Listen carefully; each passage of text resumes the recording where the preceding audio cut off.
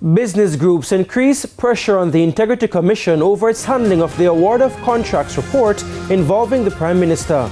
Good evening and welcome to Primetime News on air and online at onespotmedia.com. I'm Giovanni Dennis. Also this evening, policeman shot and injured outside the Grandspend Police Station in St. Andrew.